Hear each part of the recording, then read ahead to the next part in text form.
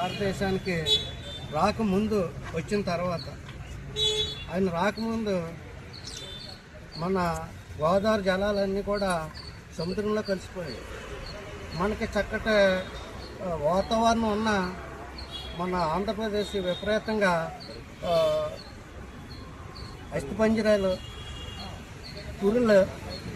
కరువు కాటకాలతోటి ఉండేది. ఒక ఉన్నత అధికారిగా, ఒక ఇంజనీర్గా మరి కాటన్ గారు మన భారతదేశ సంస్కృతిని, మన భారతదేశాన్ని ప్రేమించి ఆయన ఒక గొప్ప నిర్ణయం తీసుకొని చాలా కష్టపడి ఇక్కడ ఏమైనా సరే సస్యశ్యామం చేయాలా, అన్నపూర్ణ చేయాలా, ఈ వాటర్ అంతా సముద్రంలోకి వెళ్ళిపోతుందని చెప్పి ఒక రూపకల్పన చేసి మనకి ఈరోజు అన్నదాతగా మిగిలి అదేవిధంగా ఎంతోమందికి ప్రత్యక్షంగా పరోక్షంగా ఉపాధి కల్పిస్తూ, ఉద్యోగాలు కల్పిస్తూ ఆయన